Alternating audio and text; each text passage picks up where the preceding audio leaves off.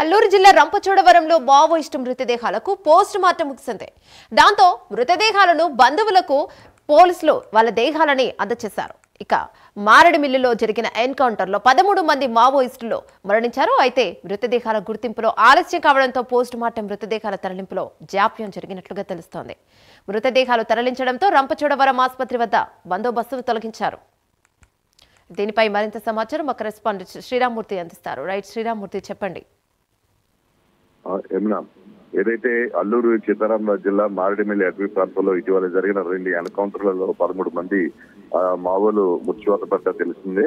అయితే వీరిలో post mortem నిర్వహించడంలో తీవ్ర జాప్యం జరుగుతూ వచ్చింది. అయితే వీరిని బంధువులు గుర్తించడం, DNA పరీక్షలు చేసి వారిని పిఎం చేయడంలో జాప్యం చోటు చేసుకునే పరిస్థితి. ఈ నేపథ్యంలో నిన్న రాత్రి అర్ధరాత్రి వరకు కూడా ఏదైతే చివరిగా మిగిలిన సురేష్, సైను అలియాస్ వాసు, అలాగే అనిత మృతదేహాలకి శనివారం రంపచోడవరం ప్రభుత్వ ఆసుపత్రిలో పోస్ట్ మార్టం పూర్తయింది. దీంతో నిన్న రాత్రి పొద్దుపోయాక బంధువులకి మృతదేహాలను అప్పగించారు. దీంతో రంపచోడవరం ఆసుపత్రి దగ్గర ఇప్పుడు సాధారణ పరిస్థితి వచ్చింది. ఇక్కడ బందోబస్తును కూడా తొలగించారు.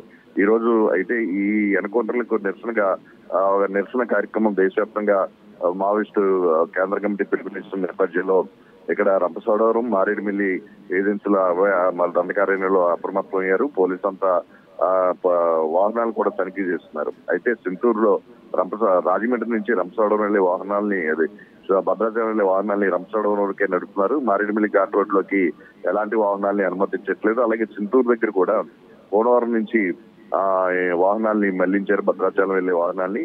అదేవిధంగా చూసినట్లయితే సర్టిఫికెట్ రోడ్ లో రాకపోకలు నిలిపేసిన పరిస్థితి ఉంది. ఎక్కడికెక్కడ వాహనాలు తనిఖీ చేస్తున్నారు. అయితే రంపచోడవరంలో ఈ రోజు మార్కెట్ సంత ఉంది. సంత కూడా యథావిధిగా దొరుకుతుంది. అయితే పోలీస్ యంత్రాంగం కూడా అప్రమత్తంగా ఉంది.